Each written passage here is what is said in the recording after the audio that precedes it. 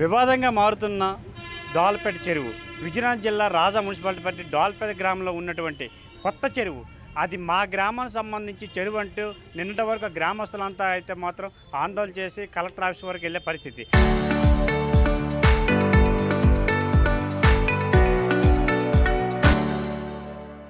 కాదు కాదు అది మాది అంటూ దళితులు ఈరోజైతే మాది ఆ భూమి మాది ఆ చెరువు కాదు అని చెప్పేసి ఈరోజు వాళ్ళు కూడా ఆందోళన చెందిన పరిస్థితి. మనతో పాటు ఎవరైతే మాది అనుకుని వచ్చారో వాళ్ళు మనతో పాటు ఉన్నారు. వారి మాటలు ఒకసారి విందాం. చెప్పండి, అది డోల్పేట గ్రామస్తులు అని చెప్పేసి వాళ్ళు ఆరోపిస్తున్నారు మాది అని చెప్పేసి. ఇప్పుడు మీదేని అంటున్నారు. అసలు ఎప్పుడు ఇచ్చారు, ఎంత ఇచ్చారు చెప్పండి. 1975 76లో మాకు ఇచ్చారు సార్. 1976లో మాకు 5 ఎకరాల 90 సెంట్లు ఇచ్చారు సార్. ముగ్గురు తలయారులం అప్పుడు పనిచేసాము. ముగ్గురు తలయారుల పేరునే ఇచ్చారు సార్. అందులో కొంత 50 సెంట్లు హాస్టల్కి గవర్నమెంట్ గారు ప్రభుత్వం వారు అడిగారు, ఇచ్చాము. అందులో 5 ఎకరాల 50 సెంట్లు ఈ రోజు వరకు మేమే వ్యవసాయం చేస్తాను. ఇంతవరకు ఇంతవరకు ఏం విడిచిపెట్టారు చెరువు గది లేదు, విడిచిపెట్టలేదు. ఆ సాగు చేస్తూనే ఉన్నాం సార్ కంటిన్యూస్గా. రైతులు మంచి పాడు చేస్తున్నారు, అయినా మేము విడిచిపెట్టలేదు. ఇంతవరకు చేస్తాను. ఏదో టైం లేని టైంలోన కుక్కలే పెట్టి వాళ్ళు మరి రైతులు కుక్కలలో ఇది పెట్టేసి వాళ్ళు మొత్తం ల్యాండ్ మట్టి అంతా తీసుకుపోతున్నారు. మా దీని గురించి మేము కాంపౌండ్ గోడ కట్టేసుకున్నాం. దానికి వ్యవసాయం చేసుకున్న మనిషి రికార్డెడ్గా మాది ఆ చెరువు మా గ్రామానికి సంబంధించిందని చెప్పేసి రికార్డెడ్ కూడా ఉందని చెప్పేసి వాళ్ళు ఆరోపిస్తున్నారు. మీరేమంటారు?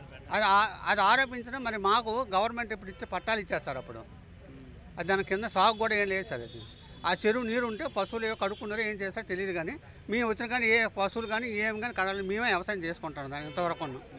అది మీరు చెప్పండి బ్రదరు, మీదని చెప్పేసి ఈరోజు ఆరోపిస్తున్నారు. క్రమంగా అయితే మాత్రం చాలా రోజుల నుంచి అది వదిలేశారని, అది మా గ్రామానికి సంబంధించి చెరువు అని, అది రికార్డులు కూడా ఉందని చెప్పేసి కలెక్టర్ ఆఫీస్కి వెళ్ళారు. వాళ్ళు ఆందోళన చేసే పరిస్థితి కనిపించింది.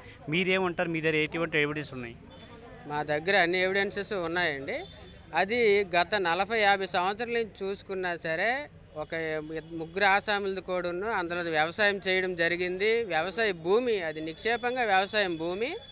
దాన్ని ఆ గ్రామస్తులు ఎవరైతే ఉన్నారో కొంతమంది ఉద్దేశపూర్వకంగానే మేము లేని టైంలో నైట్కి నైట్ మట్టి పెరుక్కొని వెళ్ళిపోవడం ట్రాక్టర్ల ద్వారా, వాళ్ళ ఇళ్ళకి వేసుకోవటం, దాన్ని అమ్మేయడం, ట్రాక్టర్కి ఎంత డబ్బులు ఇచ్చి లోకల్గా కొంతమంది అక్కడ ఉన్నటువంటి కొంతమంది అమ్మేయడం, దాన్ని అలాగా మట్టాసురులాగా మొత్తం మట్టిని తవ్వుకుంటూ వెళ్ళిపోయి మా వ్యవసాయాన్ని పాడు చేసేసి దాన్ని పూర్వంలో అది ఏదైతే అబాండెడ్ చెరువు అనమాట, దానికి పారుదల అనేది ఆ చెరువుకి లేకపోవడం వలన ముగ్గురు తలయారులకి జీవనోపాధి కోసం అని చెప్పి గవర్నమెంట్ వాళ్ళకి డీపట్టా ఇచ్చింది. పారుదల లేదు, మీరు ఎట్టి పరిస్థితుల్లో ఇచ్చేసుకోండి. దాని క్లాసిఫికేషన్ బంజరు పుంజ అని ఉంటుందండి. పోరంబోక్ అయితే కాదు అది ల్యాండ్. సో అది డీ పట్టాకి అనుకూలం, వ్యవసాయానికి అనుకూలంగా చేర్చుకొని జీవనోపాధి చేయండి అని చెప్పేసి గవర్నమెంట్ ఆ రోజుల్లో ఇచ్చింది. అయితే అదే పాయింట్ పట్టుకొని వాళ్ళు పూర్వం నుంచే చెరువు అనేసి చెప్పుకుంటూ రావడం అది అంతవరకు కరెక్ట్ అండి. అదైతే కాదు, మేము వ్యవసాయం చేసాం. మా నాన్నమ్మ అప్పటి రోజుల్లో 20,000 రూపాయలు అంటే ఇప్పుడున్న కాస్ట్ ప్రకారం చాలా ఎక్కువ మొత్తంలో డబ్బులు పెట్టి అక్కడ వ్యవసాయం చేసింది.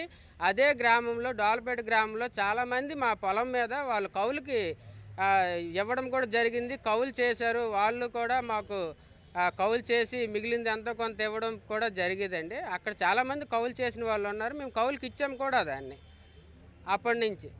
ఈవెన్ ఇప్పుడు ఇదంతా కూడా డోల్పేట మొత్తం ఎండోమెంట్ భూమి. దాన్ని చాలామంది ఆక్యుపై చేసేసి ఆక్రమించేసి భూములన్నీ ఆక్రమించుకొని ఇంకా అది సరిపోలేదని చెప్పి ఈరోజు ఒక దళిత నియోజకవర్గంలోని దళితులకి ఇంకా భూములు ఇంకా ఉండడం ఏంటి అని చెప్పి వాళ్ళు ఉద్దేశపూర్వకంగా దళితుల భూముల మీదకి రావడం, వాళ్ళ భూములను కబ్జా చేసుకోవడానికి ప్రయత్నాలు చేయడం అనేది అది ఎంత క్రూరత్వం అనేది ఒకసారి గవర్నమెంట్ ఎంప్లాయీస్, రెవెన్యూ యంత్రాంగం ఆలోచించాల్సిన విషయం అండి. మా దళితులకి మా భూములు మాకు ఇప్పించండి.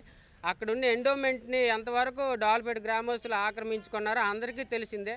ఒకప్పుడు కోర్టు కూడా అక్కడ తీర్పు ఇవ్వడం జరిగింది. 50 కోట్ల రూపాయల మేర మీరు ఆక్యుపై చేసుకుని దానికి విలువ కట్టి ఎండోమెంట్కి పే చేయండి అని చెప్పేసి ఆ రోజు ఆ తీర్పుని ఇస్తే వాళ్ళు ఎంతవరకు కూడా ఎవరో కట్టుకున్నది లేక ఇంక ఇప్పుడు ఆ భూములు సరిపోక దళితుల భూముల మీదకి రావడం అనేది మేము క్రూరత్వంగా మేము భావిస్తున్నామండి. దళితుల భూముల మీదకి వస్తే మేము ఎంతవరకైనా వెళ్ళడానికి సిద్ధంగా ఉన్నాము. కలెక్టర్ గారికి మేము గతంలో పీజీఆర్ఎస్ ఇచ్చాము. ఆయన కూడా మాకు అనుకూలంగా మీకు డీ పట్టా ఇస్తే మీరు ధైర్యంగా వ్యవసాయం చేసుకోండి, రక్షణకు కావాల్సిన అన్ని ఏర్పాట్లు చేస్తామని చెప్పడం జరిగింది. ఇంకా ఇప్పటికి కూడా ఆ వేధింపులు మా మీద ఆగట్లేదండి. దయచేసి మాకు చట్టబద్ధమైన హక్కులు ఉన్నాయి కానీ చట్టబద్ధమైన రక్షణ కూడా మాకు యంత్రాంగం కల్పించాలని ఈ మీడియా మిత్రుల ద్వారా మేము కోరుకుంటున్నామండి. ఇది ఇలా పరిస్థితి చూసుకున్నట్లయితే ఏదైతే విజయనగరం జిల్లా రాజా మున్సిపాలిటీ పరిధి డోల్పేట గ్రామంలో ఉన్నటువంటి కొత్త చెరువు కొంత వివాదంగా మారిందని చెప్పుకోవచ్చు. గతంలో చూసుకున్నట్లయితే అది చెరువు అని, ఆ చెరువు ఇంచుమించుగా 5 ఎకరాల 90 సెంట్ల వరకు చెరువు ఉండేదని అని చెప్పేసి డోల్పేట గ్రామస్తులు ఆరోపిస్తున్నారు. కొంతమంది ఎక్కడైతే కొంత పట్టాదారులతో వచ్చి అయితే మాది అనుకొని చెప్పేసి ఇక్కడ ప్రహరీ గోడ కట్టించాలని చెప్పేసి వాళ్ళు ఆందోళన చేసే పరిస్థితి కనిపించి ఏదేమైనా సరే ఆ గ్రామస్తులు ఇది మా చెరువు అని చెప్పేసి రెవెన్యూ ఆఫీసులు కలెక్టర్ ఆఫీసు కూడా ఫిర్యాదు చేయడం కానీ అంతేకాకుండా ఇది గతంలో మేము దళితులు మాకు గతంలో ఉన్నప్పుడు 1976లో మాకు ఈ చెరువు ఈ భూమి సంబంధించి సుమారుగా 5 ఎకరాల 90 సెంట్ల వరకు మాకు ఇచ్చారంటే అయితే మాత్రం ఈరోజు దళిత నాయకులు దళితులంతా అయితే మాత్రం ముందుకు వచ్చే పరిస్థితి కనిపించింది. కేవలం అది మాదే తప్ప ఇంకేం లేదు. ఇంతవరకు సాగు చేసుకుని బతికేమో ఆ చెరువు సంబంధించి అయితే ఎటువంటి సాగు లేదని చెప్పేసి ఈరోజు దళితులంతా ఆరోపించే పరిస్థితి కనిపించింది. ఏదైతే రెవెన్యూ అధికారులు ఉన్నారో అసలు ఇది ఎవరిది భూమి, డోల్పేట గ్రామస్తులు చెరువుగా లేకపోతే దళితులకు సంబంధించి పట్టాలు ఇచ్చారనేది మాత్రం కరెక్ట్ అయినా సరే వెరిఫికేషన్ చేసి ఈ భూమి ఎవరిదైతే సమగ్ర దర్యాప్తు చేసి అయితే మాత్రం ఆ భూమిని చెప్పాలని చెప్పేసి కోరుకునే పరిస్థితి. రాజా మున్సిపాలిటీ పరిధి డోల్పేట గ్రామం నుంచి సురేష్ RTV.